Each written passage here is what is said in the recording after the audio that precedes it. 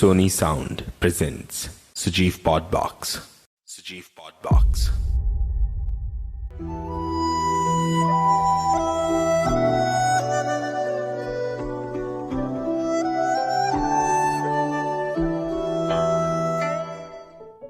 नमस्कार, मैं हूं आपका दोस्त, आपकी कहानियों का साथी Sajeev, and now you are listening Sajeev Podbox. दोस्तों, हमारा यह चैनल जहां पर हिंदुस्तान के भिन्न भिन्न प्रांतों और संस्कृतियों से जुड़े लेखकों द्वारा लिखित रचनाएं, शॉर्ट स्टोरीज और किस्से सुनाए जाते हैं। अगर आप भी चाहते हैं कि आपकी लिखी कहानी मैं अपनी जुबानी लोगों तक पहुंचाऊं, तो आप अपनी कहानी हमारी ऑफिशियल मेल आईडी sonysounds1@gmail.com पर भेजें, या फिर हमारे व्हाट्सएप नंबर 9915736125 पर भेजें। हमें आपकी कहानियों का इंतजार रहेगा।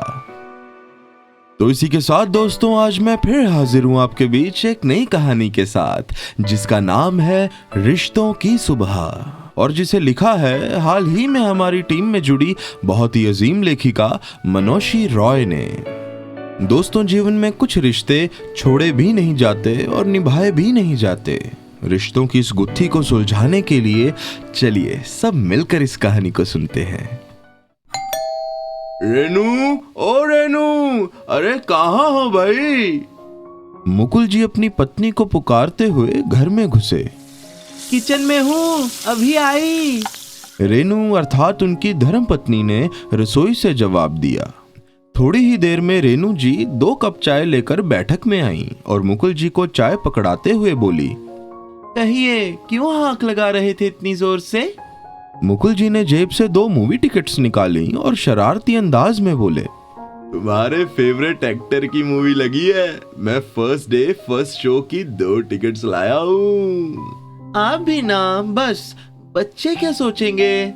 रेनू जी ने सकुचाते हुए कहा, जो सोचना है सोचे, हम दोनों अब आजाद पंछी हैं और पंछी तो आवारा होते हैं। ये कहकर मुकुल जी ने एक ठहाका लगाया। रेनू जी हल्के से मुस्कुराईं और खाली कप्स को लेकर रसोई की ओर मुड़ी। और सुनो, वो नीली वाली साड़ी पहनना, तुम पर खूब फपती है। ये कहकर मुकुल जी हौले से मुस्कुराए और रेनू जी ने गुस्सा दिखाने के लिए भवे तरेरी, पर अंदर से वो भी बहुत खुश थीं। 3 महीने हुए थे मुकुल जी की रिटायरमेंट को। मार्केटिंग में ऊंचे पद पे कार्यरत होने के कारण उनका अधिकांश वक्त ऑफिस या टूर में ही गुजरता था। रेनू जी भी पढ़ी लिखी महिला थी, इकोनॉमिक्स में पोस्ट ग्रेजुएशन किया था और उनकी बड़ी इच्छा थी शादी के बाद नौकरी करने की, पर घर में बड़े और बीमार ससुर जी का ख्याल रखने के लिए उन्होंने अपने करियर की इच्छा को ही दबा दिया। फिर बच्चे हुए, उनका पालन पोषण, जिम्मेदारी में पता ही नहीं चला कब 30 साल निकल गए। खैर, अब बेटा अच्छी नौकरी पे है और पिछले साल ही चांसी बहू घर में आई है। बेटी भी 2 साल पहले अच्छे घर में ब्याही गई है। तो अब रिटायरमेंट के बाद मुकुल जी अपनी पत्नी को पूरा समय देकर बस उन्हें खुश रखना चाहते थे। शाम के 5 बजते ही दोनों पति पत्नी तैयार होकर फिल्म के लिए निकल गए। 6 बजे उनका बेटा शेखर ऑफिस से घर लौटा। माँ बाप को घर में ना देखकर पत्नी प्रिया से उनके बारे में पूछा, तो प्रिया व्यंग से बोली, मूवी देखने गए हैं दोनों लव बर्ड्स। प्रिया, तमीज से बात करो।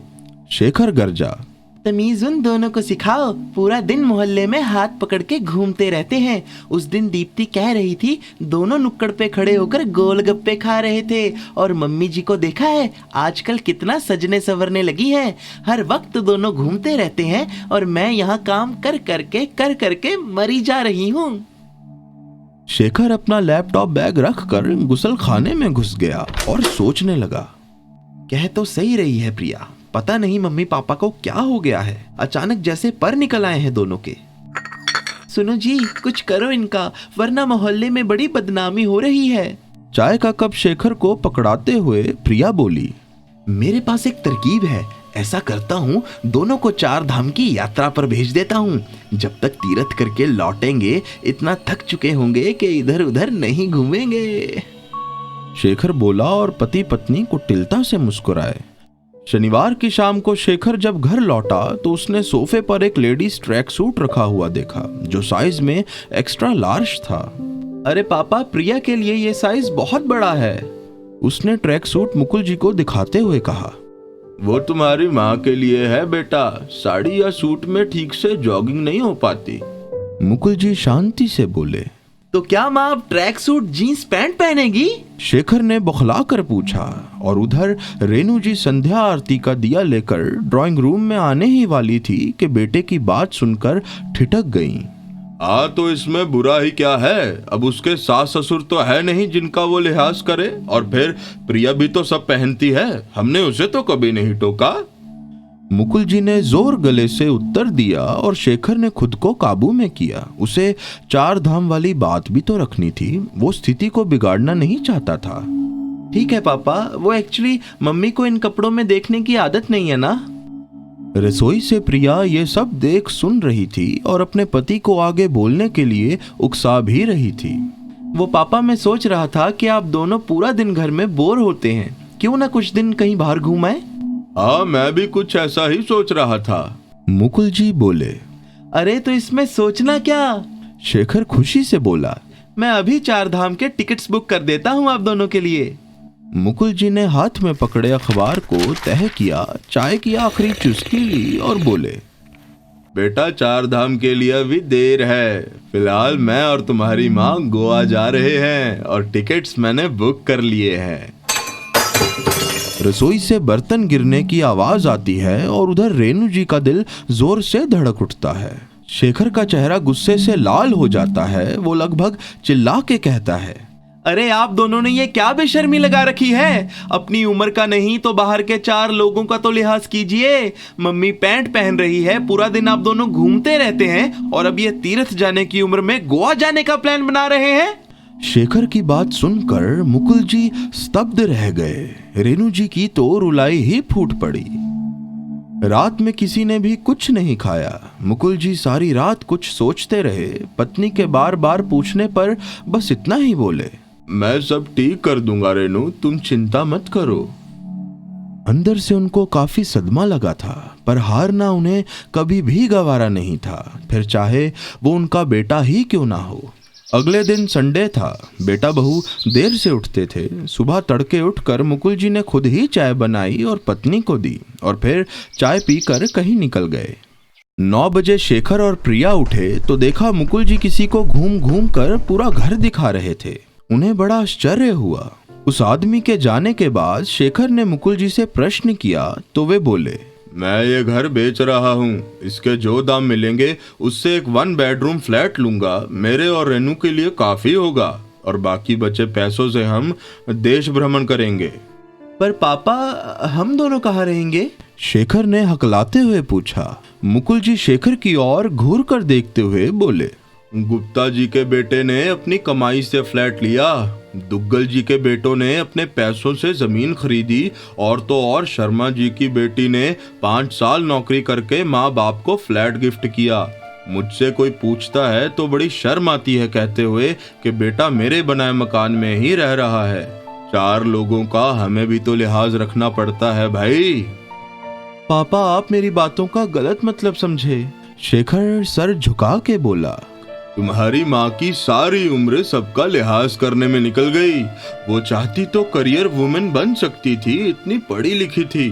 3 भाइयों की सबसे छोटी बहन मॉडर्न कपड़े वो भी पहनती थी, पर उसने परिवार और तुम लोगों की परवरिश को चुना और तुम बच्चे अब हमें लिहाज सिखाओगे। पर पापा, शेखर की बात को बीच में काटते हुए मुकुल जी बोले, घर बिकने में 2-3 महीने लगेंगे, तब तक कोई फ्लैट देख लो। जिंदगी के इस आखिरी पड़ाव को हम किसी शाम की तरह नहीं बल्कि सुबह की तरह एंजॉय करना चाहते हैं, खुल के जीना चाहते हैं हम। दोनों औरतों की आंखों से आंसू गिर रहे थे, पर एक खुशी के और एक पछतावे के। रेनू जी ने पति को मनाना चाहा, गुस्सा थूक दीजिए, उससे गलती हो गई। रेनू, अगर अपने पति का थोड़ा सा भी सम्मान करती हो तो मुझे करने दो जो मैं कर रहा हूँ। मुकुल जी गंभीर स्वर में बोले।